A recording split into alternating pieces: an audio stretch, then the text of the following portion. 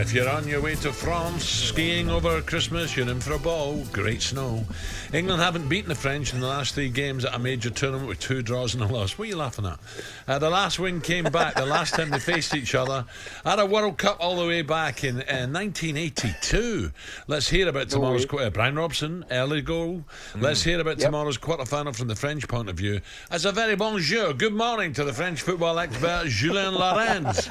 Julien, bonjour. Bonjour. Bonjour, boys. Hi, guys. Julien, before you start, I need to get this story out of you about McCoist and his French opponents. Oh, because on Wednesday when I was here, after the show, Ali said, "Oh, Jules, do you know what happened to a guy called Erik Dimeco? Because I used to play against him, against Marseille with Rangers, with Scotland against France."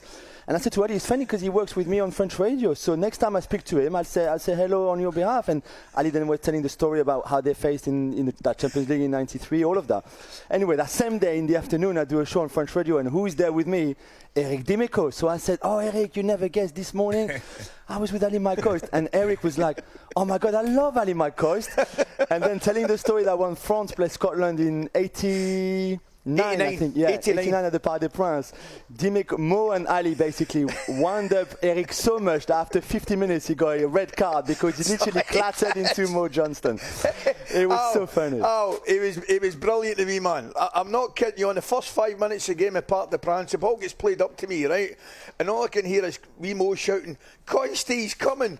And then two seconds later, I was in row U of the stand at the Parc des Princes. He just volleyed me right into the stand.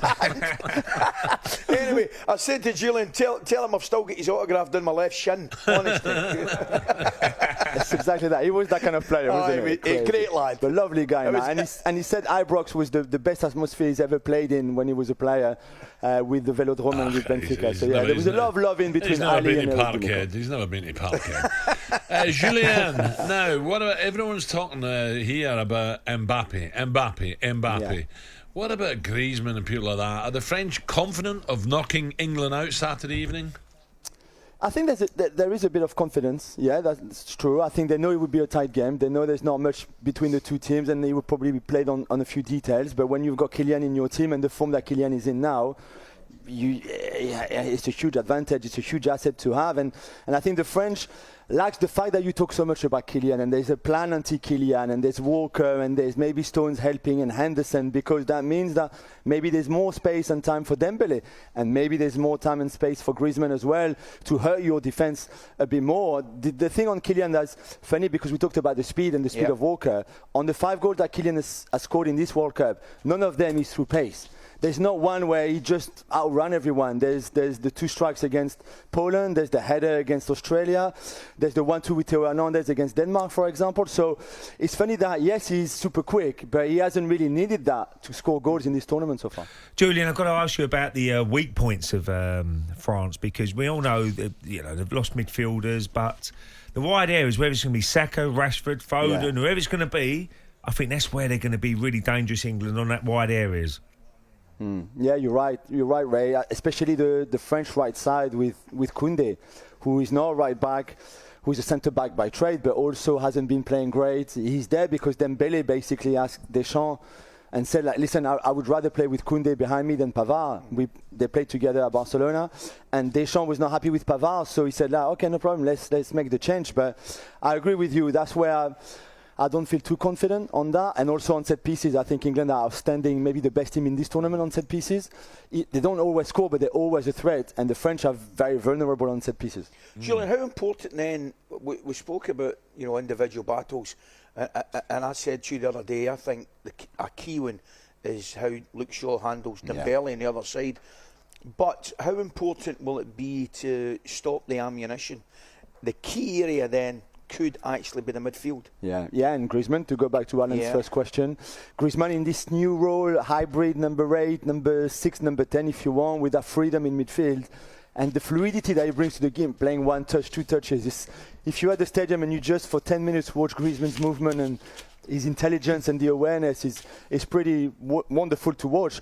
But he will be pulling the strings in midfield. So if Bellingham, for example, who I think will be most of the time on his side, kind of keep him quiet and down, then I think, again, it's a lot of things that you take away from this French team. You mentioned Bellingham there. How important will it be for the French to stop Bellingham when he goes the other way, when he goes forward? And that's the run that either Griezmann has to follow or Tchouaméni has to come and compensate. And it's a big think ask of Griezmann, it's a though, massive isn't it? ask. And he doesn't do it. That's my point. Griezmann runs out of possession to go and press, and we press in a 4-4-2 formation. Yep. But then Tchouaméni and Dembélé will have to be very clever and to go to the communication, which is the same against on the Mbappé side for the English, I guess. Julien, I'm going to ask you about Mbappé. He's been brilliant. 5 goals so far. Do you think that if Walker, we talked about Walker against Mbappé, he's going to be the big... would Mbappé ever switch sides and Dembélé goes on the left-hand side and Mbappé says, right, OK, I'll get more joy against Shaw than I will Walker? Yeah, 100% right. And also going central. More central than he's ever gone into this tournament so far. I think the idea that Deschamps has is to switch a lot of things and have a lot of fluidity. Giroud can't move. Giroud has to stay there. But between Dembélé, Griezmann and Kylian, to kind of like mess a bit with the English defenders in the sense like, okay, who's going where? Okay, this one is there. You take him, but I take, and then maybe that can cause confusion, and then maybe Kylian will have more luck. You're right on the other side, or towards Maguire, or closer to Stone, closer to Giroud. Maybe it'd be very interesting. I think tactically, it's going to be fascinating to watch what both managers do. Julien, how good is Rabiot? We hear maybe he's coming, or he'd like to come to the Premier. Would Arsenal be a target maybe? Would he go to the Arsenal? Is he that good? Is he a top-class player? You know, I think when when United tried to sign him in the last summer, I thought people in England were a bit harsh on him. I saw a lot of comments and things saying he was rubbish, he was this, he was that. He's a really, really good player. Oh, yeah, he doesn't score many or assists, but he's got other good positive about his game, and we see in this World Cup where he works hard, he recovers the ball a lot. For your balance of your team, he's such an intelligent player that he's just perfect. And he's out of contract in the summer. He came to City when he was young, didn't really work out, went back to France, but he would love playing in the Premier League. And I think a club like United, a club like Arsenal, a club like Liverpool, by the way, who will have to rebuild their midfields, Rabiot on a free, for me at 27 years old, after what he's showing in this World Cup, it's a good idea. Also, we're reading as well, Julien, Paris Saint-Germain could be targeting Marcus Rashford. Is that just paper talk, or do you think there's something in it? I hope Simon Jordan, he got a lift from the president of PSG's car over in Doha. I think he's been in his ear he's trying to be an agent now, Simon, I think. Is there any truth in this? Yeah, there is. Remember in the summer they met with Marcus's brother in Paris. He came to see them. He's a big fan of Kylian, and I think Kylian would love to play with Marcus in Paris. They need a centre forward. They need a forwards who can play in few different positions. And I think Marcus fits the bill and ticks a lot of the boxes of what PSG want.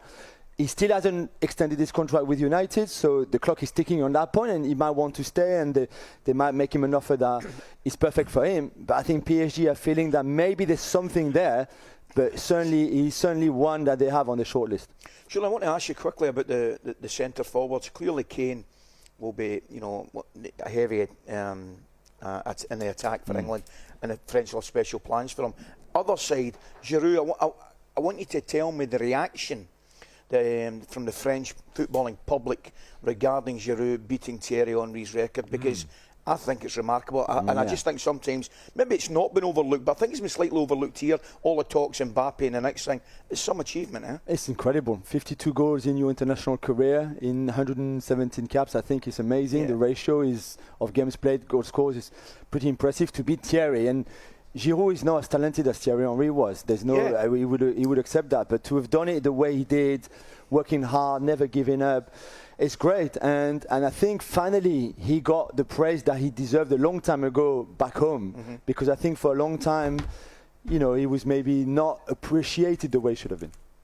Julien, prediction, score tomorrow evening? I said I'm really worried about this England team, and I'm not. It's not man games. I promise you, it's not man game. I think England will win 1-0. Oh, I like that, Julien.